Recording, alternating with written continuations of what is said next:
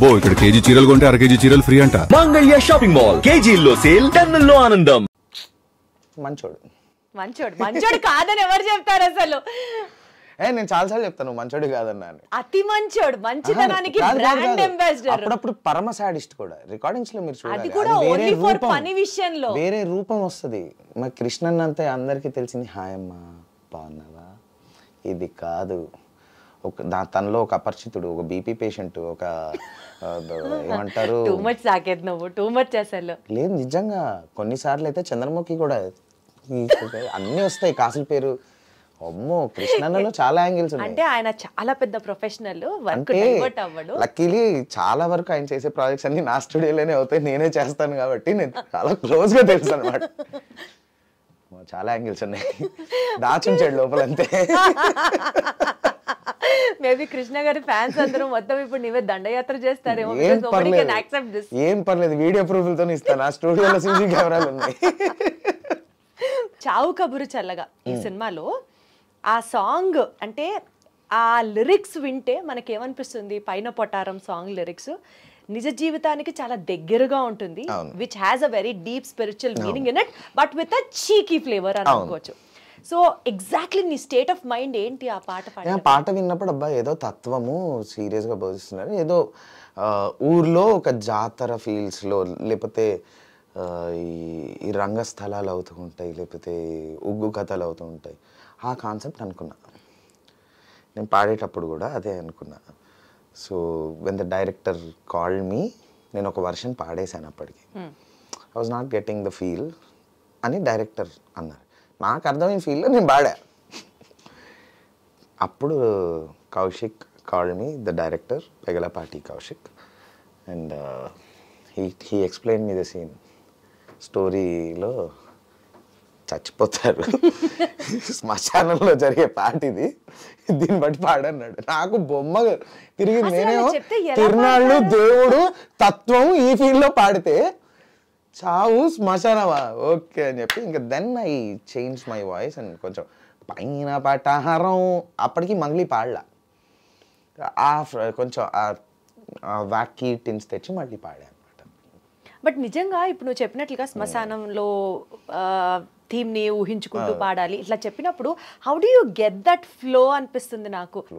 That is what we do కదా. Even you have acted in many movies, you know that when the director explains you something. అంటే singing లో కూడా అలా ఉంటుందా? You just train your brain. Wow. కళ్ళు మూసుకుంటావు, okay ఇప్పుడు ఏంటి నేను లేచి క్వశ్చన్ అడిగాను, నేను చాలా కాన్ఫిడెంట్ గా అడిగాను, నేను I treat it like my friend అండి, అందరిని బాగా ట్రీట్ చేస్తాను అని అన్నావు.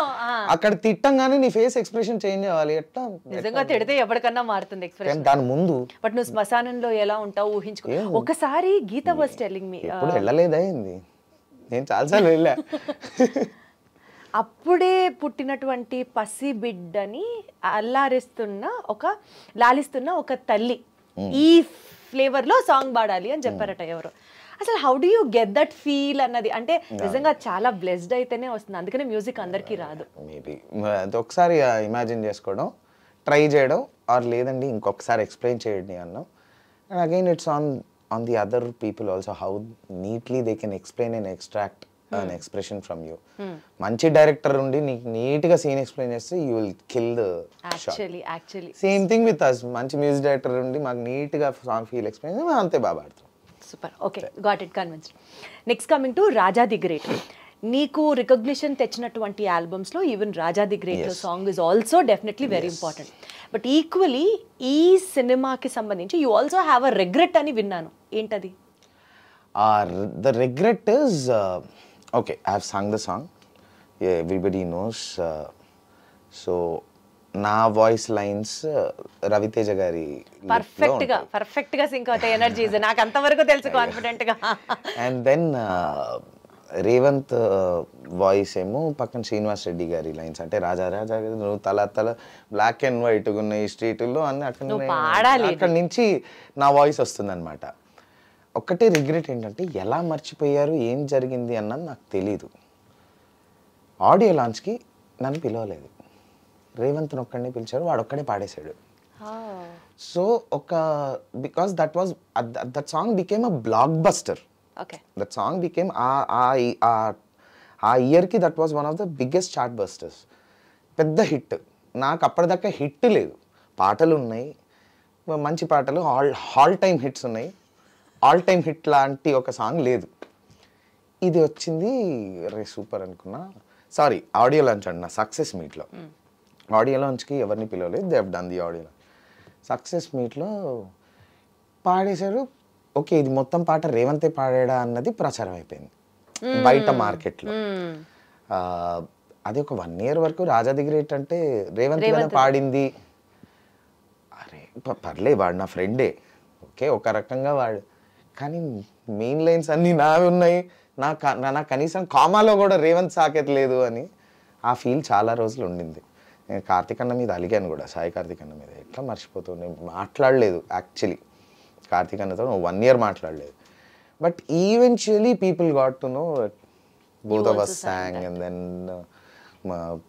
lines were Raviteja గారి నా లైన్స్ అని, and then people got convinced, the audience, వీడే పాడాడని అలా. సో అదొక్క రిగ్రెట్ ఉండింది. But it was for a very short time. అప్పటికి నేను ఇంకా ఇంత మెచ్యూర్డ్ కూడా కాదు. I was in my young, మంచి ఒక ఉడుకు రక్తం ఏజ్లో ఉన్నా కాబట్టి ఆ కోపము బాధ కలిపి ఒక ఫీలింగ్ అప్పుడు ఉంది. అదే ఇప్పుడు జరిగి ఉంటే పిచ్చలైట్ ఉంది, హలో పాడిందేనో ఆ రోజు ఆడియో లాంచ్లో లేను చెప్పేసి పోస్ట్. సో బట్ యా, అదో చిన్న. అపార్ట్ ఫ్రమ్ దట్, ఆ పర్టికులర్ సినిమాలో మిగిలిన సాంగ్స్ కూడా నువ్వే పాడావు, పాడలేదు? ట్రాక్స్ పాడాను, అన్నిటికీ ట్రాక్స్ పాడాను. దేర్ విల్ బి, ఇప్పుడు ప్రతి సింగర్ ఒక్కొక్క మూవీకి వర్క్ చేస్తారు. ఆ మూవీకి త్రూ అవుట్ నేను వర్క్ చేశా, చాలా ట్రాక్స్ పాడా. ఆ మూవీలో 6 songs ఉంటే 4 songs ట్రాక్స్ పాడా. అయితే నాకు రాజా ది గ్రేట్ టైటిల్ సాంగ్ కంటే వేరే పాట చాలా ఇష్టం అనమాట. రిగ్రెట్ కాదు, కానీ అది అది అది కామెడీయే. That is not serious, on a serious note. నువ్వు నా పాటని తీసేసావు కదన్నా, నా చిన్న టాంటింగ్ విత్ కార్తిక్ అన్న. సో సాయి కార్తిక్ అన్న, I know him from when I was 3 years, 4 years age. So daddy team lo he used to play rhythm pad before he became a programmer and then became a music director. So when he just entered the industry as a rhythm pad player, so appadi nunchi anna vadina ever very close to me. So aa chanuta antele nu baada nu yazin ki istavu kada paata ati idi ani koncham alave anoka different genre song adi. ఆ పాట విషయంలో అది regret లేదు, ఏ తొక్కలేదు. Just చనువు తీసుకొని ఏడిపించడం. ఎంతకాలం తర్వాత మాట్లాడావు మళ్ళీ అన్న? 1 year. 1 year మాట్లాడలేదా? అయ్యో గట్టిగా చెప్పా కదా ఏజ్ లో, గట్టిగా సర్లే రా పోనీ రద్దా అన్నాడు. నేను సర్లే ఓకే అని చెప్పి సరే పాడా పాట.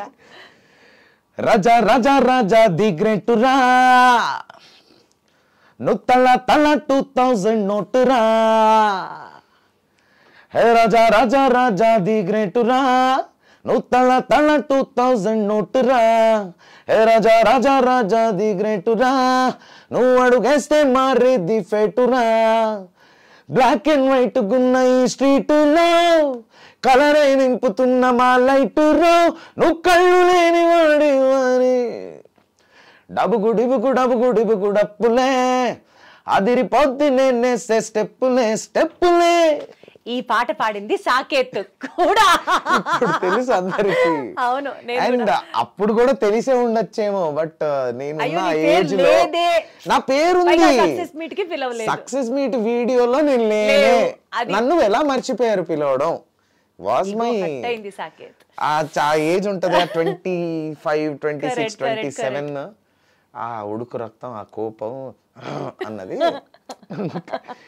అది కార్తిక్ అన్న కాబట్టి బయటపడింది. But I should say Karthik అన్న, సాయి కార్తిక్ అన్న is the only music director అని చెప్పొచ్చు, has made me some every genre.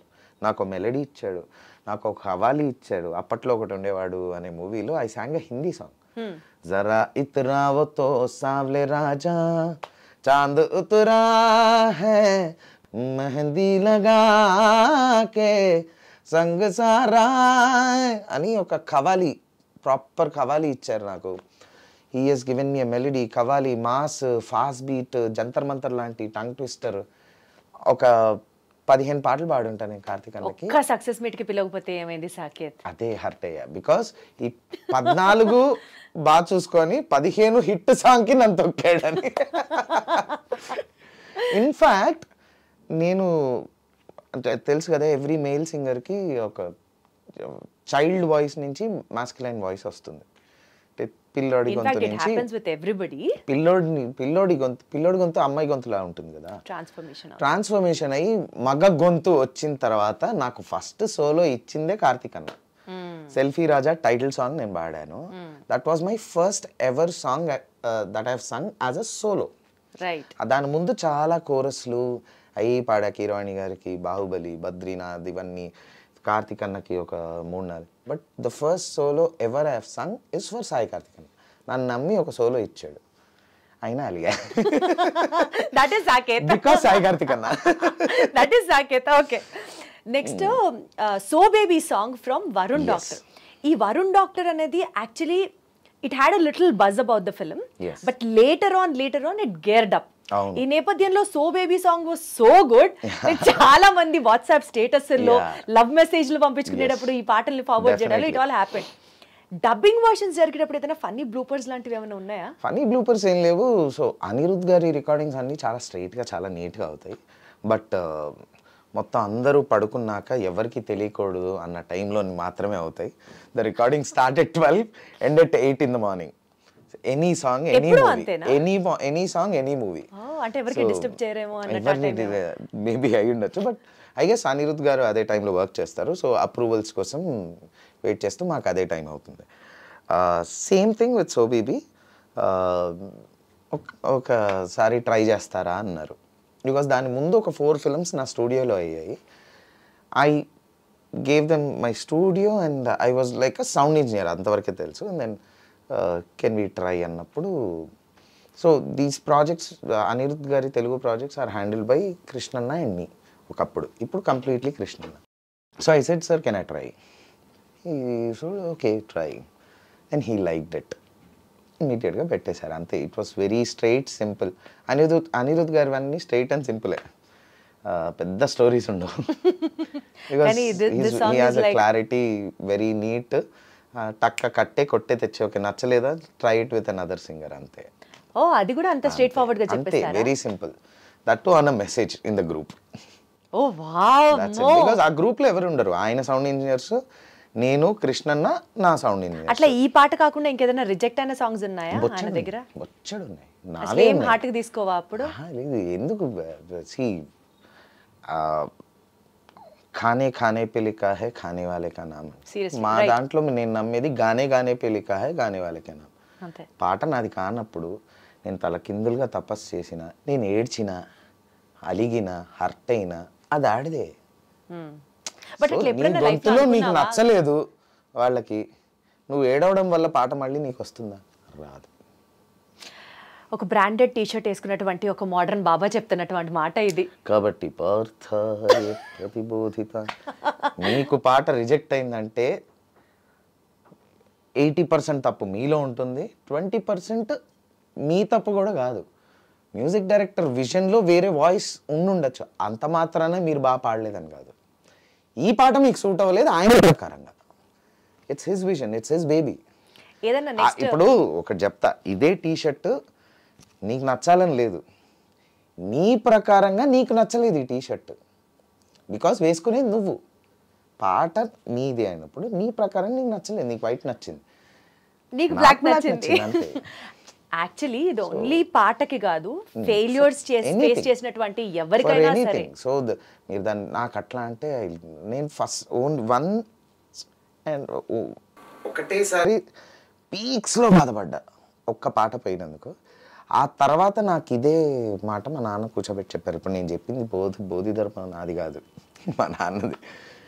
ఆ తర్వాత నుంచి నేను ఏ పాటకు ఫీల్ అవ్వలేదు. బాహుబలిలో I lost a song because of a number of things happened. Saahore Baahubali. So Daler Mehndi garu పాడారు. ఆ రోజు I felt very very bad అనమాట. బట్ అగైన్ డాడ్ ఆ రోజు కూర్చోబెట్టి మాట చెప్పేసరికి ఐ వాజ్ లైక్ కరెక్టేగా మనం పిసుక్కోవడం వల్లే ఇప్పుడు కీరవాణి గారు వచ్చి, రాజమౌళి గారు వచ్చి, ప్రభాస్ గారు వచ్చి అయ్యో సాకేత్ ఏడవకు నాన్న, లేదు నీ వాయిస్ చెప్పెడతామమ్మ అనలేరు కదా, అనరు, అది జరగదు. And it is their choice, come on, it's their baby. నేను నా వాయిస్ నచ్చాలని రూల్ లేదు. అదే కీరవాణి గారికి నేను మరి ఓం నమో వెంకటేశాయలో ఒక మంచి బ్యూటిఫుల్ క్లాసికల్ సాంగ్ ఇచ్చారు నాకు. నా వాయిస్ నచ్చడం బట్టే కదా నాకు ఇచ్చారు. So it's all about that song, about that moment. And also ఒక పాటని లింక్ చేసుకొని there'll be so many people, there'll be a director, there'll be actor, వాళ్ళ మైండ్లో వేరే వాళ్ళు ఉండొచ్చు, వాళ్ళ ప్రెషర్స్ ఉండొచ్చు. So never take rejection to heart. Never. ఇప్పుడు నువ్వు నమో వెంకటేశాయ చెప్పావు కాబట్టి సంథింగ్ రిలేటెడ్ టు దాట్, యేసు ప్రభు పాటలు, ఏసే నా కాపరి అనే పాట దగ్గర నుంచి నేను చాలా పాడాను. నేను క్రిస్టియన్ డివోషనల్స్, సాయిబాబా పాటలు, నేను చెప్తున్నా అదే క్రిస్టియన్ డివోషనల్స్ నేను చాలా పాడాను. ఇన్ఫ్యాక్ట్ నేను నేను వెస్టర్న్ క్లాసికల్, నేను piano I have done 5 grades from royal school of London, 3 grades of theory and western vocals 3 grades చేశా. తర్వాత చర్చ్లో కొన్ని క్యారల్స్ కూడా పాడాను. And then I sung n number of Christian albums, Telugu devotionals n number of పాడాను, Saibaba devotionals n number of పాడాను. ఒకటో రెండో ఐ సంగ్, వాటిని ఏమంటారో తెలియదు, but sung songs for Allah also, Khwaja మేరే ఖ్వాజా తెలుసా నువ్వు. So it is about music నాకైతే అక్కడ పాటకు పిలిచారు. 100%. At the same time I have done n number of political songs. నేను పాడిన పొలిటికల్ సాంగ్స్ నా కాంటెంపరీస్లో ఎవరు పాడుంటారు. Again I have my lines. నిన్ను పొగుడుతూ పాడతా, పక్కన తిడుతూ పాడను. ఇది నేను పెట్టుకున్న basic rule. Might be political, it might be devotional. So పక్క మతాన్ని తిట్టనంత వరకు ఐఎమ్ ఓకే, పక్క మనిషిని తిట్టనంత వరకు ఐఎమ్ ఓకే. అంతే కదా, singing is your job. there should be no negativity in the song. If there is negativity, I'm not singing it. అలా నేను కొన్ని భూతు పాటలు, మంచి మాస్ సాంగ్స్ కూడా రిజెక్ట్ చేశాను మూవీస్ లో. నిజమా? రిజెక్ట్ చేసావు? అండ్ లేటర్ ఆన్ అవి సూపర్ హిట్ అయిన ఉన్నాయా? లేవు. మన తెలుగు జనాలు కొంతవరకే యాక్సెప్ట్ చేస్తారు డబుల్ మీనింగ్ ని, మరీ స్ట్రైట్ బూతు పెడితే యాక్సెప్ట్ చేయరు అన్న విషయం నేను గట్టిగా నమ్ముతాను. పచ్చి బూతు పాటలు ఎప్పటికైనా ఇన్స్టాలో ఏదో కొన్ని చీప్ పేజెస్లో, ఆ చీప్ పేజెస్ వరకే ట్రెండింగ్లో ఉంటాయి తప్ప బయటకు రావు. సాకేత్, నిజంగా చెప్తున్నా, ఇప్పటి వరకు నీలో ఉన్న ఆ సరస్వతికే నేను అభిమానిని, కానీ నువ్వు లైఫ్లో సెట్ చేసుకున్నటువంటి ఇన్ని వాల్యూస్, అంటే your such a valued man అని నాకు ఇప్పుడు I'm getting to know more deeper and closer about you. Over action చేయకు. నేను పొగిడినప్పుడు సీరియస్ గా నా ప్రాబ్లం ఏంటో తెలుసా, నువ్వు పొగుడుతుండే నా వల్ల కాదు. నాకు ఎవరు పొగిడినా అయ్యో యా ప్లీజ్ చెప్పు, ఎందుకంటే అన్ని సైడ్స్ చూసాం కదా, కాబట్టి నేను పొగిడితే నువ్వు అలానే తీసుకుంటాను. కష్టంగా ఉంటుంది దీప్తి పొగిడితే. సరే పో, taking back all those things. ఎందుకంటే వీళ్ళు ఒక బ్యాచ్, వీళ్ళు గ్రూప్, మీకు అందరికి తెలుసు బిగ్ బాస్ లో దీప్తి, గీత, వీళ్ళు పొగిడితే నా వల్ల కాదు వాళ్ళను. సరే, గీతతో మాట్లాడినప్పుడు తర్వాత ఈ విషయం గురించి డీటెయిల్డ్ గా. నంబర్ కావాలంటే అడుగు. అవసరం లేదు, నా దగ్గర కూడా ఉంది, నేను ఫోన్ చేస్తే ఎత్తుతుంది గీత. ఒకటి చెప్పు, నువ్వు అసలు దేవుడిని నమ్ముతావా? శుభ్రంగా. బాగా నమ్ముతావా? శుభ్రంగా. అంటే నాకు అక్కడ ఏదో బ్రాండెడ్ దే కనిపిస్తుంది, కింద హనుమంతుడు తాడు. Spiritual experiences while singing the spiritual songs ఏమైనా ఎదురయ్యాయా? నాట్ వైల్ సింగింగ్ దిస్, అంత కాదు, బికాస్ నేను పాడేటప్పుడు I just focus on the song. Musical డివినిటీకే వెళ్తాను నేను whenever I sing a song. Or అసలు ఏ ఫీలింగ్ లేకుండా పాట పాడేసి వస్తాను బయటికి, రెండే. బట్ నాకు ఒక స్పిరిచువల్ ఇది ఎప్పుడు వచ్చిందంటే ఇన్ కోవిడ్ టైం, ఎందుకో తెలీదు, వన్ ఫైన్ డే సడన్గా లేచేసరికి హనుమాన్ చాలీసా నాకు అప్పటికే వచ్చు. నాకు తెలుగు వర్షన్ వచ్చు, హిందీ వర్షన్ వచ్చు, రెండూ వచ్చు. హనుమాన్ చాలీసా రికార్డ్ చేయాలి అనిపించింది. సడన్గా కూర్చున్నా, హనుమాన్ చాలీసా రాసుకున్నా. దాన్ని అప్పటిదాకా హనుమాన్ చాలీసా చదువుకోవడం తెలుసు, దాన్ని స్టడీ చేశా లైన్ బై లైన్ మీనింగ్, ఎక్కడి నుంచి ఎక్కడి వరకు బ్రేక్ చేయొచ్చు. హనుమాన్ చాలీసా ఎవరైనా ఇప్పటిదాకా ఒక మోతలాగా ఫస్ట్ నుంచి లాస్ట్ వరకు అలా చదువుకుంటూ వెళ్ళిపోతారు. హనుమాన్ చాలీసాలో దెర్ ఇస్ అ మీనింగ్. దాన్ని ఒక పల్లవి ఒక చరణము బ్రేక్ చేయొచ్చు. There is a story. ఆ స్టోరీని ఎక్కడికి కట్ చేయొచ్చు ఎక్కడికి చేయొచ్చు అన్నది తెలుసుకొని చదువుకొని ఐ కంపోజ్డ్ ఒక హనుమాన్ చాలీసా కంపోజ్ చేసి కోవిడ్ టైంలో నా ప్రోగ్రామర్ తన ఇంట్లో తన స్టూడియో మొత్తం వీడియో కాల్స్లో కోవిడ్ టైంలో మేము కంపోజ్ చేసి దాన్ని రికార్డ్ చేసి, అప్పుడు 6 to 8 మాత్రమే మొబిలిటీ ఉండింది కదా. ఆ టైంలో హారిక ఆయుషు వీళ్ళిద్దరిని మన ఇంటికి పిలిచేసి 3 days వాళ్ళు మన ఇంట్లోనే ఉన్నారు. దాని ముందు కోవిడ్ టెస్ట్లు చేయించి ఇంటికి వచ్చే ముందు ప్రోటోకాల్ టెస్ట్ అని చేయించుకొని ఇంట్లో ఉండి శానిటైజ్ చేసుకొని రికార్డ్ చేసి, మళ్ళీ మెయిల్ సింగర్స్లో కొంతమందికి they had systems in their house. వాళ్ళ మైక్లు కృష్ణన్నకి పంపించి నువ్వు ఒక వర్షన్లో ఒక లైన్ పాడి, సాయి చరణ్కి పంపించి ఒక పాడి, గ్రూప్ అలా కోరస్ అలా రికార్డ్ చేసాం. ఇండివిజువల్గా వాళ్ళు పంపించిన దాన్ని మళ్ళీ నా స్టూడియోకి తెచ్చి కలిపి దెన్ నేను డాడీ దాన్ని లీడ్ చేసి పాడి చాలా రోజులు I didn't wanted to put it out, kept it to myself. I don't know why. నేనే వినేవాడిని, నేనే పెట్టుకునేవాడిని. దాన్ని అప్పుడే ఫైనల్ మిక్స్ మాస్టర్ అయిపోయింది. చాలా రోజుల తర్వాత ఎందుకో మేబీ దేవుడు అందుకనే ఆపాడేమో.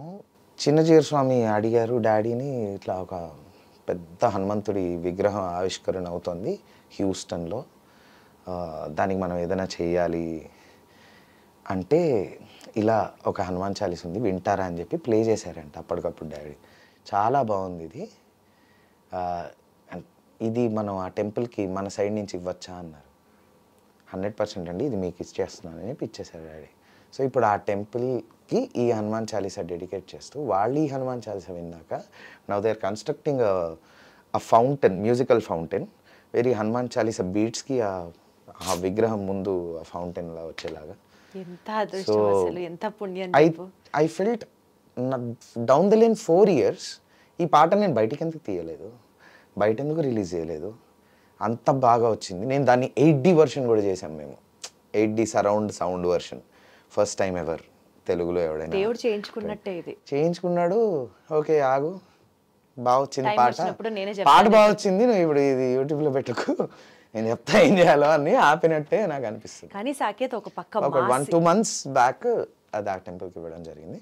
ఇంకొక 1-2 monthsలో we're putting it on YouTube with a proper video, everything, with that statue, everything.